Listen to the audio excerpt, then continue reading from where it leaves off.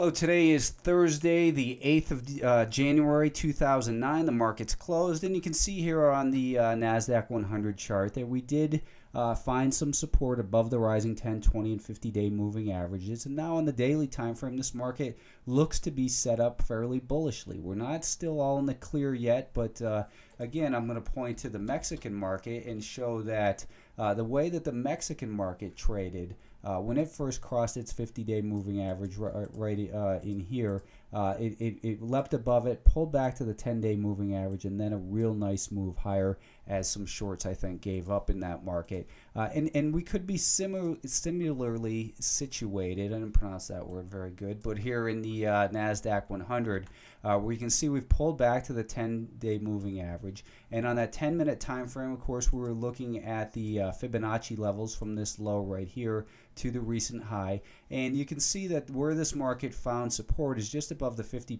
retracement of this move here. Here's a 38.2, here's the 50 and the 61.8% retracement. This level of prior resistance as well, near that $30 level, is where I think you want to look at short-term support for this market. If that level breaks, then the more important level is going to be down here at about 29.70. And again, on the daily time frame, that's approximately where we find that 20 and 50-day moving average as well. But for now, on the 10-minute time frame, we can see here that, of course, we'd seen the uptrend line break yesterday. That market then found support or resistance at this prior support level right in here, and now we're right back at that level at about $30.85. So ideally, what I'd like to see happen tomorrow that will give us a nice alignment of trend on this 10-minute and daily time frame would be maybe a pullback towards about 30.50 or so, and then a rally from there. So in other words, we create maybe a right shoulder in here, call this an inverted head and shoulders pattern, with a target up about 80 cents higher. So from 30.80, 80 cents on top of that would be 31.60, which would put us right back at the highs basically. So ideally, again, what I'd like to see is maybe a pullback first, and then a push past. So let's say this is where it pushes past, then maybe a pullback, see this level tested as support, and then I think you could get pretty aggressive on the long side. That's a potential trade that's setting up in here tomorrow. And you know, what nullifies it, I think, would be a move below this level here at about $30 a share. Otherwise, it's looking you know, pretty bullish to me. The weekly time frame, we're still got a mess. Maybe we're headed up towards this 20-week or 100-day moving average. A lot of times that's what happens is, you know, we find resistance at the 10-week moving average, then the 20, then the 30, then the 40. But right now, let's just stay focused on this daily time frame, because again, it's setting up. It is set up more bullishly than it has been probably at any time during the last 12 or so months. Oil today was down 7 cents. You can see it was worse than that intraday. And in fact, when you look at the 10-minute time frame and put some Fibonacci on here, if we take the lows of the recent move to the high, you can see that it tagged exactly from this low here up to that high, exactly 61.8% retracement, and found some support near that $32 level. Now it appears as though the buyers are finding some support in here. It's not quite a buy yet. I think you want to see a little bit further backing and filling in here before you could look for another opportunity to purchase it. The volume was a little bit lighter. That's good to see. But still, overall, this whole thing's a mess. Perhaps we're looking on the daily time frame at an inverted head and shoulders pattern here. That neckline would then be coincident with the 50-day moving average. Take it one step at a time, though. If we get a 10-minute, a buy on the 10-minute, look for a move maybe up towards that neckline. And I would think you'd probably want to sell some of it up there and then see if it can complete the pattern, and maybe oil continues higher. From a consumer standpoint, that's not what we want to look for, but if you're a trader, then that's the potential bullish scenario. Bearishly, if it breaks back below 31.90 or so and stays below that for more than about a half hour or so, I think you're going to see probably a retest of the $30 level or so. Let's take a look now at the semiconductors. We had seen that this group had been real strong. As they broke past that cup and handle on the on the hourly time frame, and it remains below what was the trigger point for that pattern here at about $18.50. Recapturing that will put this group much more in a more bullish situation. But this daily time frame, same thing here. We have, today we have a lighter volume move. We came down and tested in here the location of that 10, 20, and 50-day moving average.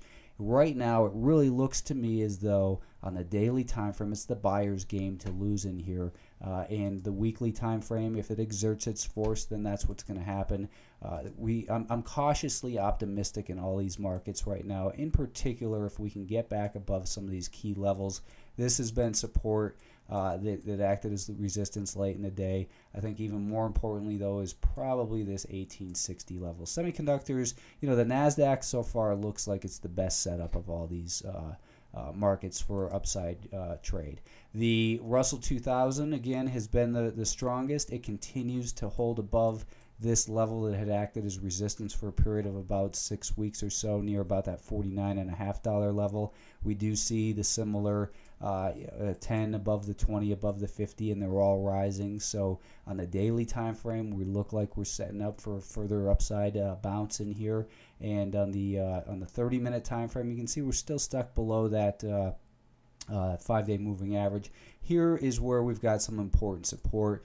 I would probably call it down near about $49 even, really. Breaking below $49 would be reason for concern if that were to happen. And we really need to probably clear about 50.5 for some upside to take place. But it's looking more constructive in here where these short-term moving averages cross. We have some higher lows in here. So, back above 50.5, I think that we could potentially get this market going higher once again. There were 1,910 stocks advancing on the New York Stock Exchange and 1,182 declining today. So the breadth is getting better as well for this market. And, that's obviously a bullish sign when more stocks are advancing. It's not just a narrow-based rally.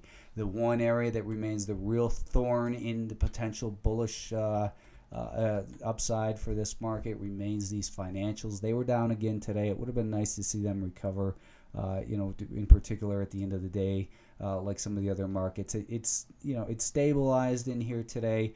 Didn't really do a lot of damage, but we remain below that declining 50-day moving average. We've got the 10 and 20 below it as well. Maybe the market can withstand another shock to the financials and not get dragged down. I find that a tough story to believe, but you've got to trade each stock based on its own merits. The financials, let's take a look at the Fibonacci in here on the 10-minute time frame from the recent lows to the highs. We're right around battling that 2/3 retracement level. This market really needs to heal quickly.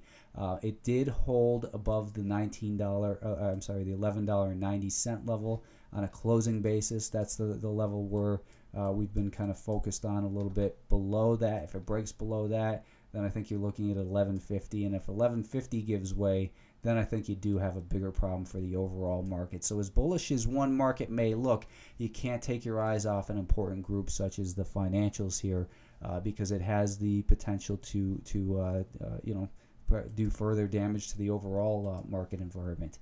The S&P 500 is similarly set up as the NASDAQ. That is, we've got the 10, 20, and 50-day moving average all rising with the 10 above the 20 above the 50. So, this is about as good as we've seen for a potential buy signal on a daily time frame. On a 10-minute time frame, we're still not clearly there yet. I think you really need to see 92 taken out again. So the technology shares, the NASDAQ that is, are really the strongest in here right now. That can change at any time. Obviously, our job is, number one, always to manage risk. But on the daily time frame, the SPY, the spiders here, looking like it's do or die for the bulls, basically. I don't want to sound too bullish because we're not quite there yet, but it's as good as it's looked for a while. And if it can rally here, it could lead to something potentially bigger. Nibble on some shares, wait for the market to tell you when to get in, and just the same, as far as upside targets or how long it's going to rally, that's anyone's guess. We've got that the $92 level is the more important resistance, and that's still $1 away on the SPY. So not quite as bullish as the NASDAQ. But when we look at the Fibonacci in here, we can see that we're holding around that 50% retracement. 89 is going to be important as far as support goes. Next couple days ought to be very interesting here, because if the buyers can take control, then I think that we could see the people who are short this market maybe panic a little bit.